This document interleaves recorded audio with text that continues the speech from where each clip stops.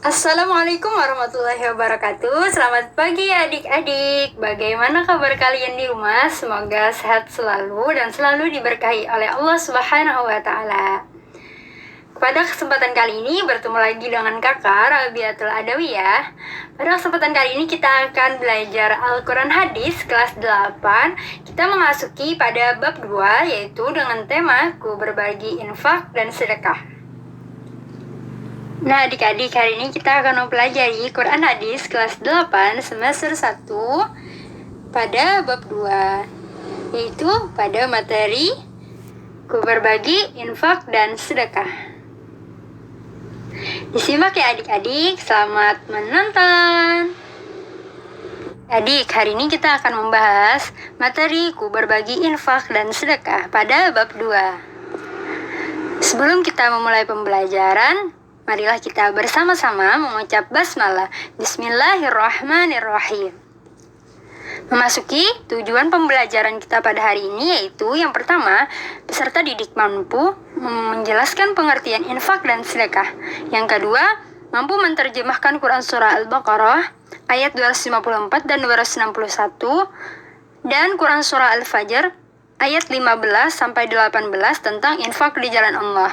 Yang ketiga, menganalisis isi kandungan Quran Surah Al-Baqarah ayat 254 dan 261 dan Quran Surah Al-Fajr ayat 15-18 tentang infak di jalan Allah.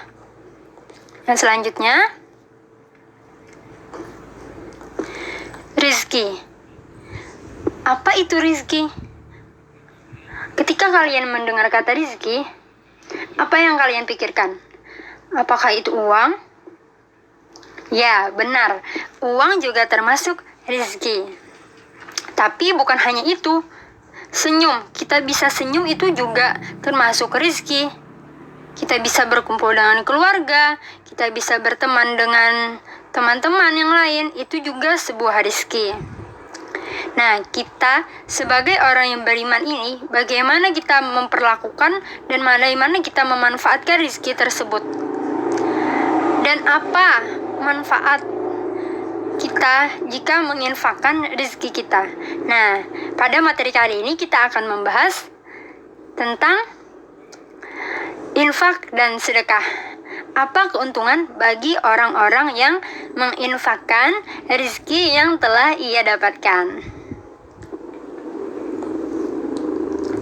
Memasuki pengertian infak dan sedekah.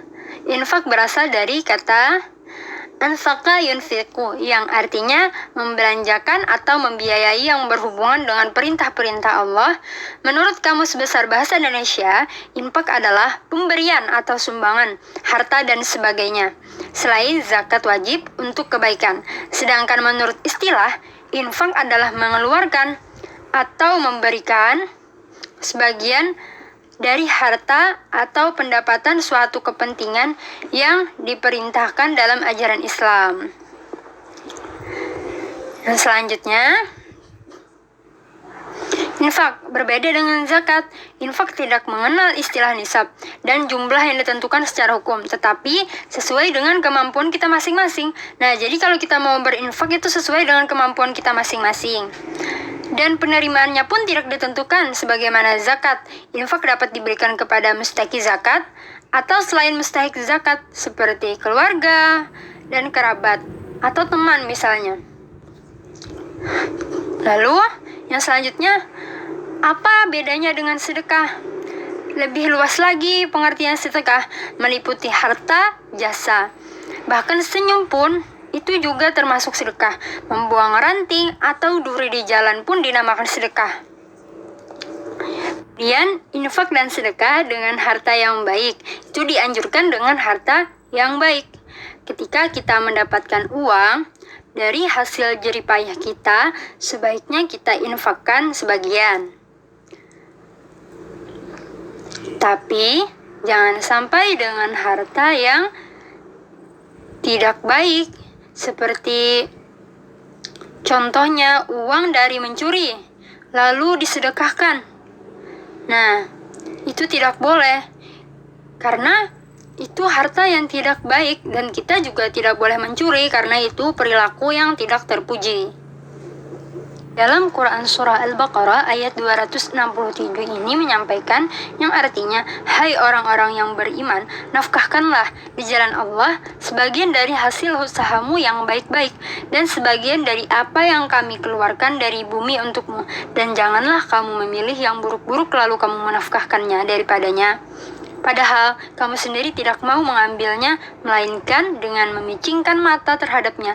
Dan ketahuilah, sesungguhnya Allah Maha Kaya lagi Maha Terpuji.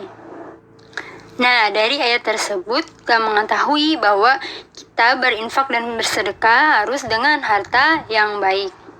Lalu dengan siapa saja kita bisa memberikan infak dan sedekah? Dalam Quran Surat Taubah ayat 60 Allah Subhanahu wa taala berfirman yang artinya, sesungguhnya zakat-zakat itu hanyalah untuk orang-orang fakir, orang-orang miskin, pengurus-pengurus zakat, para mu'allab yang dibujuk hatinya untuk memerdekakan budak, orang-orang yang berhutang untuk jalan Allah, dan untuk mereka yang sedang dalam perjalanan, sebagai suatu ketetapan yang diwajibkan Allah. Dan Allah Maha mengetahui lagi Maha bijaksana. Infak dan sedekah hendaklah dilakukan hanya karena Allah, dan bersedekahlah kepada kami, sesungguhnya Allah memberikan balasan kepada orang-orang yang bersedekah.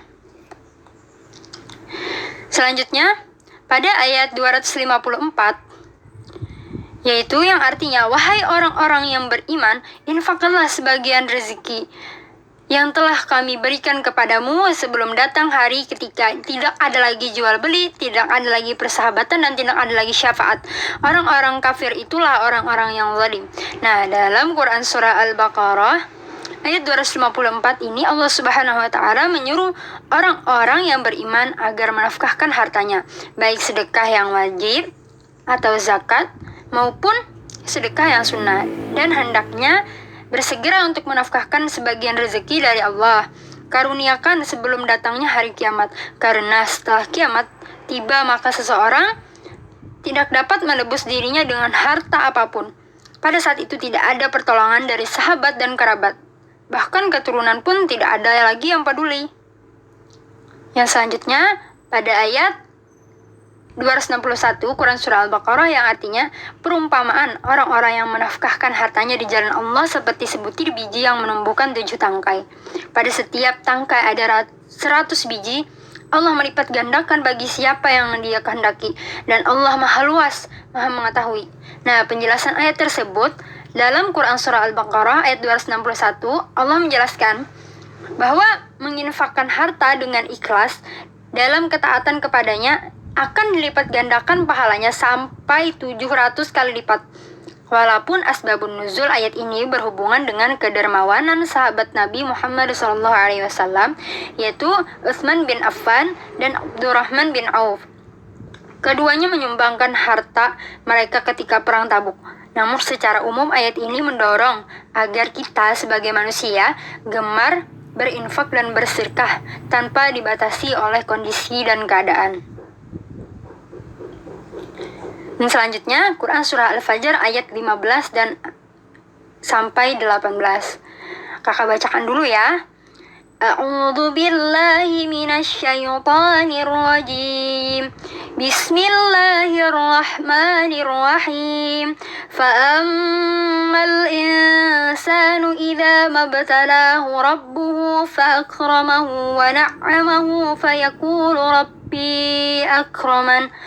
وأما إذا ما ابتلاه فقدر عليه رزقه فيقول ربي أهانن كلا بل لا تكرمون اليتيم ولا تحاضون على طعام المسكين وتأكلون التراث أكلا لما وتحبون المال حبا جما صدق الله العظيم. Nah, artinya yaitu, adapun manusia apabila Tuhannya menguji lalu dimuliakannya dan diberinya kesenangan, maka dia berkata, Tuhanku telah memuliakanku. Adapun bila Tuhannya mengujinya lalu membatasi rezeki, maka dia berkata, Tuhanku menghinakanku. Sekali-kali tidak, Sesungguhnya kamu tidak memuliakan anak yatim, dan kamu tidak saling mengajak memberi makan orang miskin. Nah, jadi dalam Quran surah Al-Fajr ini, ayat 15-18 ini, mengatakan bahwa harta itu adalah ujian bagi kita manusia. Nah, masuki rangkuman pembelajaran kita pada hari ini. Yang pertama yaitu, manusia hendaknya bersyukur atas rezeki yang Allah anugerahkan dengan cara menginfakkan sebagian rezekinya di jalan Allah. Manusia harus tetap rendah hati atas rezeki yang Allah anugerahkan kepadanya, karena harta hanyalah titipan dari Allah Subhanahu wa Ta'ala. Manusia hendaknya senantiasa bersabar dalam kesusahan dan tetap berinfak sesuai kemampuannya di jalan Allah. Infak adalah sebagai pembuktian rasa syukur kita dan rasa sabar atas ketentuan Allah. Allah Subhanahu wa Ta'ala mengisyaratkan agar kita menyantuni anak yatim dan duafa. Manusia hendaknya menyeru untuk memberi makan orang-orang miskin. Allah menyeru orang-orang yang beriman agar bersegera menafkahkan hartanya, baik yang wajib maupun yang sunnah infak atau sedekah ini. Harta yang diinfakkan akan menjadi penolong dan penyelamat bagi kita di akhirat kelak. Dan infak juga memberikan harus dengan hati yang ikhlas agar berbalas pahala di dunia dan di akhirat dari Allah Subhanahu wa Ta'ala. Selanjutnya, tugas kita pada hari ini yaitu, yang pertama, jelaskan pengertian infak menurut bahasa dan istilah. Yang kedua, jelaskan isi pokok Quran surah Al-Fajr ayat 17 sampai ayat 18. Nah, adik-adik, sampai di sini dulu pembelajaran kita pada hari ini. Terima kasih sudah menonton, semoga bermanfaat. Salah hilaf kakak mohon maaf. Wassalamualaikum warahmatullahi wabarakatuh.